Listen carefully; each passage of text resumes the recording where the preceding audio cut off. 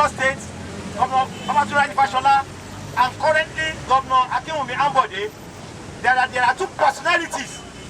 There are two personalities that have turned themselves terror. Yes, yes, yes, against the activities of the miners. Yes, yes, of the miners. And they are by name one Kadoso, yes, and one Oyebade. Kadoso, Oyebade, Kadoso, Oyebade. Democracy is the government of the people, by the people, and for the people. The central trust in this definition is the people. You will therefore agree with us that there can never be a democracy without the people. What this implies is that we are all stakeholders in the affairs of governance. Our understanding of this is that under a democratic government, it has been that is being practiced today is that both the government and the governed are strategic stakeholders in the business and affairs of the state. A democratic system has no room for any form of double standard, favoritism, nepotism, and any form of presumptuous assumptions. This clarification becomes necessary in view of the double-faced, strange, seemingly an anti-people order given by Governor Ambode to sand miners in Lagos State, stopping the activities of the operators in Lagos State. For the benefit of the doubt, gentlemen of the press, let us acquaint ourselves with the begging issues involved in this strange work order, stop work order. It is important at this point to remind ourselves that since January 2016, the Lagos State government, through the Ministry of Energy and Mineral Resources, gave a stop work order banning the activities of sand miners in Lagos State. To all intents and purposes, we want to make it unequivocal that such order from Lagos State government is illegal, strange, and totally unknown to the 1999 Constitution as amended. Furthermore, let us draw your attention to the fact that Section 39 of the second schedule, Part 1 of the exclusive list of the 1999 Constitution vests the control of mining activities to the government, to the federal government as the sole authority in this matter. Again, we call your attention to Section 1 of Nigeria Minerals and Mining Act of 2007, which draws its strength from this section of the Constitution. It is more than important to also point out that a strange order given by Lagos State government failed to call the attention of the Federal Ministry of Solid Minerals Development before taking the illegal action. It is therefore sequence to say that Lagos State government lacks control and jurisdiction to exercise this power over mining matters.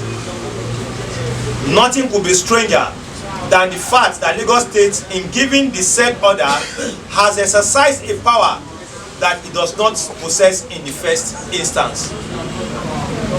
Our position is also corroborated by a judgment of an appeal court in Lagos, which upheld that the power of control of mining activities is not vested in any state government.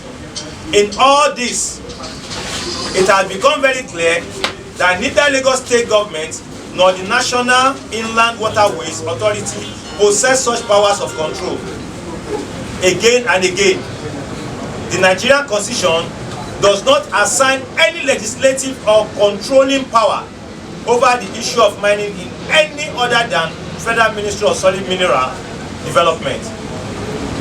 Given the above, we call on Lagos State government to immediately reverse the strange stop work order.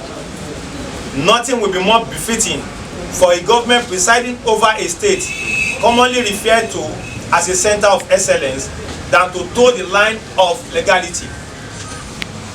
Strangely enough, Lagos is the only state where such order has been issued. Most contradictory, Lagos in this matter have demonstrated a double standard. It has on one hand engaged in indiscriminate consent issuance, using different fronts to extort various sums of money from legitimate sand miners, ranging from 250,000 naira to 1 million naira. How does one explain a situation where the same government that issued a stop work order on the legal miners now issues a working order to their cronies and favored choices in and out of government? One sad example of this is the authorization of the Oloja of Epe with the harmful privileged people to mine illegally where the legitimate miners have been deprived from mining. Gentlemen of the press, as we have made it very clear in our introduction, this is a democratic dispensation where our right to make legitimate observation is guaranteed. We are not unmindful of the fact that the duties of presiding over a cosmopolitan city-state like Lagos State left much to be desired.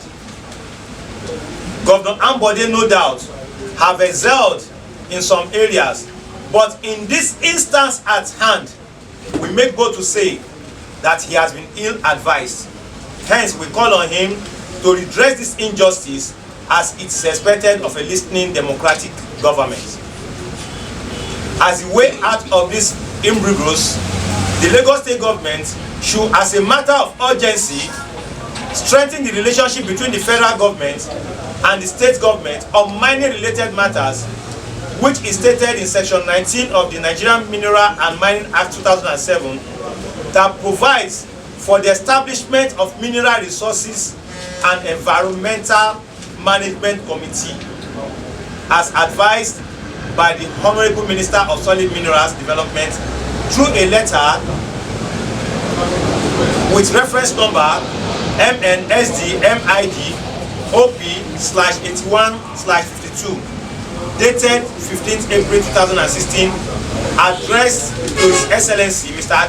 Ambode, Governor of Lagos State, to lift the illegal stop work order on mining. Sir, representing Lagos State, in position of Engineer Akoji, they have went to meet the Oloja of Epe to issue him a stop work order because he was operating illegally. Now, he has no federal cadastre. That federal cadastre put us in position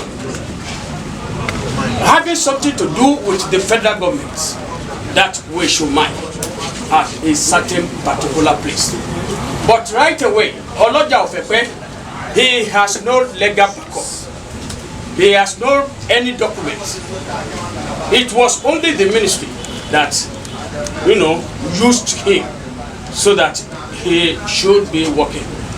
And among all about 60, miners in the two associations, no one from the two associations has been given authority to mine from the Lagos State Ministry of Energy and Mineral Resources. It was only the Oloja of Epe. Section 1, subsection 1 of the Act 2007 says that it is only the federal government that has the prerogative power on all mineral resources and mining in the country, as it is related to what has been quoted in the schedule, the second schedule, paragraph 39, so paragraph 1 of the 1999 Constitution as amended. It cannot be above the law because the grand norm is supreme to any other act, and whatever you do that is contrary to what the Constitution says, it is non and void and void ab initio.